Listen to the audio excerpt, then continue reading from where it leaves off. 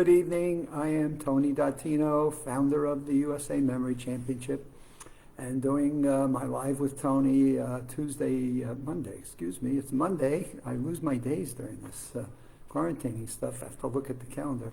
But anyway, doing a Live with Tony broadcast covering a variety of topics that all impact our cognitive mental functions and our brain health. So I do lots of reading, as I've described to my audience, a lot of different articles and things that I read, and sometimes I try to tie them together, which I'll be doing tonight. So the one I want to talk about tonight, or the three I want to actually intermingle, we'll start off with the Duke newsletter, and this is the Duke newsletter coming in on July, so this is current, and I found it interesting that there's an article in here that talks about music and the heart. So here comes the Duke newsletter saying, okay, listening to music, and this is now, watch where this connects to what we've been talking about in terms of stress and anxiety, but listening to music lowers stress, lowers anxiety, pain, and even the risk of a heart attack. And what we've been discussing in our brain power series and the brain work that I've been talking about in terms of memory is a healthy heart is a healthy brain, and a healthy brain is a healthy heart. So what's good for your heart is also good for your brain. So here's the connection, right? Music and the heart. By listening to music, it reduces anxiety. It also does impact on reducing your pain and any future risk. Lowers your blood pressure. So any of you that have got high blood pressure that you want to do, it will lower your blood pressure, and it's like a meditative physiology. It's so now the thing they don't tell you in the Duke article, though, in the sense that music is really wonderful, and I've read studies on this in the past where they've actually identified early Beatles music as the best for brain waves and brain function. But what Duke doesn't pick up in this newsletter is exactly what's the best kind of music. And what I've learned to do for myself is there is some kind of music that you listen to and your brain is almost like, it's like nails on a chalkboard. And there are other music where you just say it's relaxing and peaceful. And so what I would suggest is what we know now is brain music. Music is a good thing for it. And I think we've all figured that out at some point in our time when we've been stressed or anxious. But here's now a scientific study, and this is done by a professor from the University of Belgrade School of Medicine. So this is now coming back through at the American College of Cardiology and the World Congress of Cardiology, discussing these things at their world meetings. So music is good. Find the right music that brings you down into a state. Maybe now you listen to music at the same time.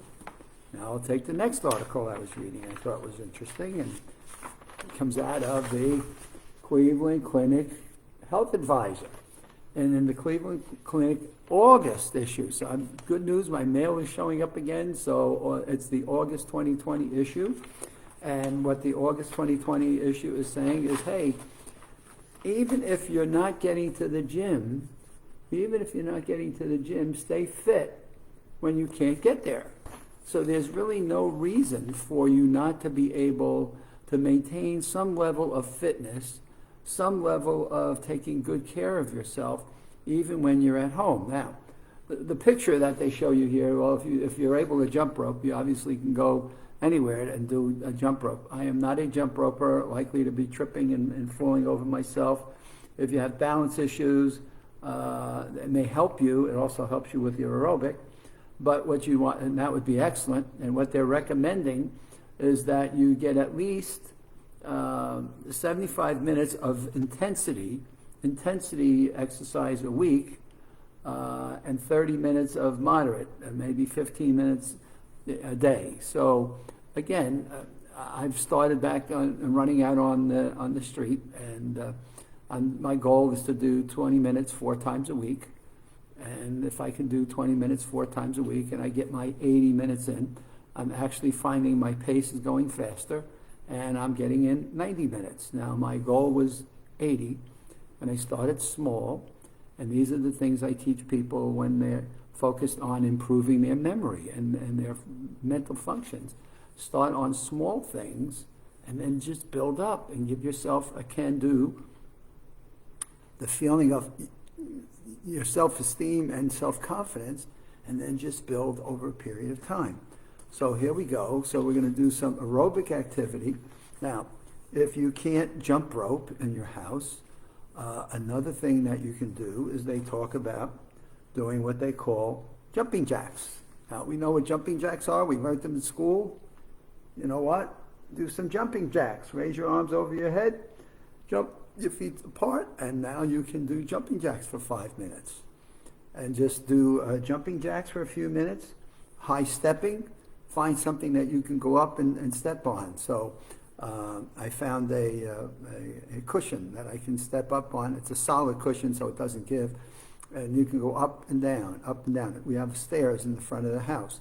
I'll go up and down the steps, up and down the steps. If I do 5 minutes of jumping jacks and 5 minutes of up and down the steps, it maintains two things. Actually, I begin to improve my aerobic, but I also improve my quads, my calves, my hips, my glutes, just by the up and down, walking up steps, up and down. So you can do high stepping, put something that's flat, get something, find a couple of bricks and step up and down on some bricks.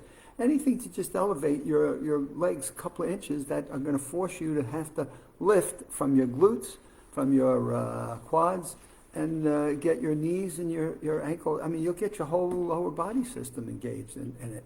And off you go. Now, another thing, so there's a combination of muscle and aerobic.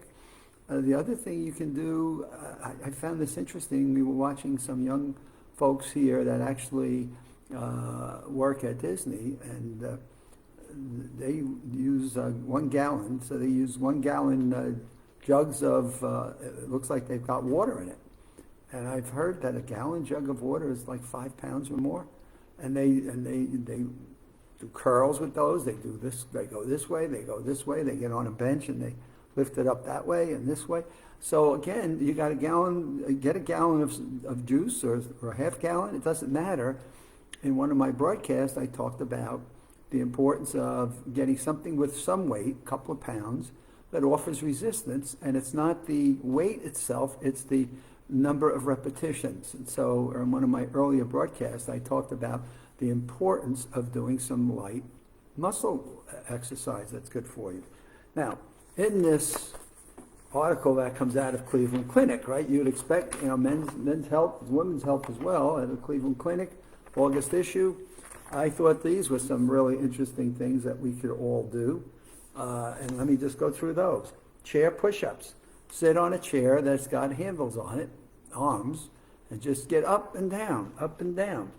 While seated in an armchair, grab both armrests and raise yourself off the seat, keeping both feet flat on the ground. Lower yourself up and then sit back down. There's one of the YouTube things I was watching where it was try to make out like you're sitting down, but hold your butt up before seating 5 seconds. I have found that to be pretty tough. I'm getting better at it, but so sitting up, right? Sit up, and then try to hold yourself in the sitting before you sit back down. See if you can hold yourself up for 5 seconds. Another one was sitting in that, do the weight thing with the bottles. Getting up against the wall. Get up against the wall and just let your legs hold you up as you put your back and your buttocks against the wall, and just see if you can hold that position for a minute or whatever it takes. Great exercises. Do a lunge. A lunge is very simple. Just put your right foot out in front of you and put your weight on the front foot as you go.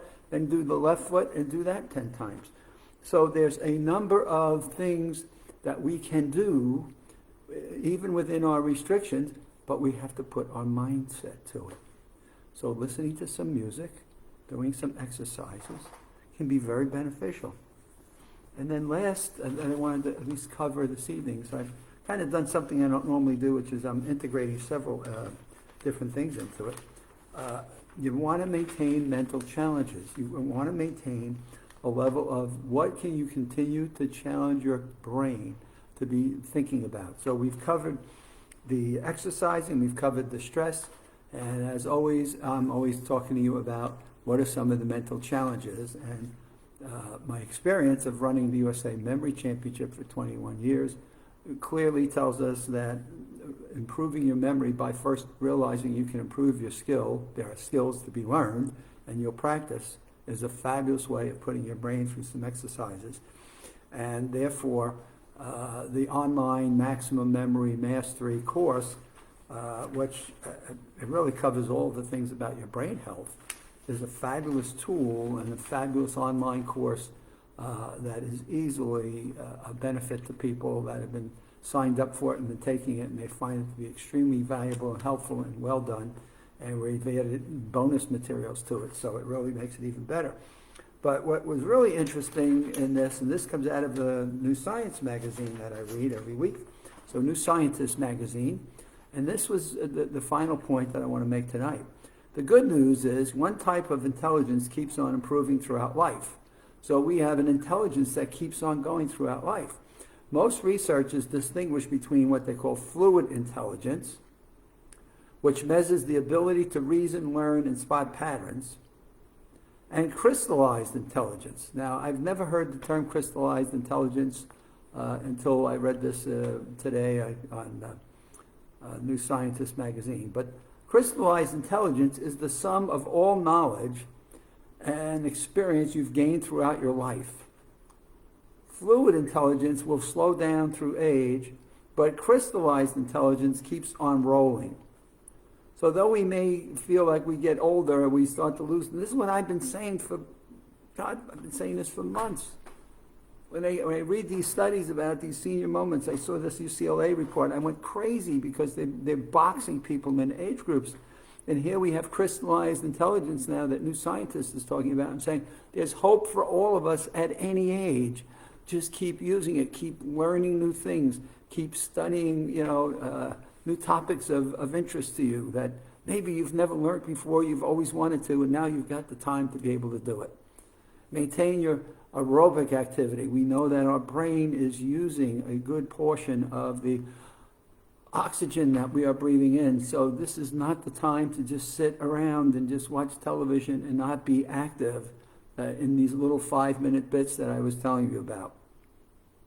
And then our nutritional habits need to be, I have found, I was saying at dinner tonight to my other half, I'm saying, I am finding it easier now to maintain good nutritional habits because I have full control over what we buy, what we eat, what we keep in the fridge, in the closet, and I've actually lost a good amount of poundage here. That is, I'm looking forward to my next annual, which is in July this month. So I'm looking forward to my next blood test results and things. I really feel like I've got a handle on it doing my aerobic activity. And then the last thing I talk about is our stress. How are we managing our stress levels and our anxious? And this has been a series of Live with Tony broadcasts. Go back and listen to one of those, and I think you'd find any one of them really touching on the things that we need to do, which one of which is give yourself an hour a day to just detox. And now I've said, hey, go listen to some music and give yourself permission to take that time that becomes yours. You owe it to yourself to take an hour a day and just give yourself the time and the space to just let it go. So with that, that's my Live with Tony. Tomorrow is Tuesday. I need to say these things to keep myself engaged with what day of the week it is. But tomorrow's Tuesday, which brings me back into the 3 o'clock hour. So depending upon how my day's calendar goes, I should be close to 3 o'clock tomorrow afternoon, picking up the next Live with Tony. Have a good evening, and we'll see you tomorrow.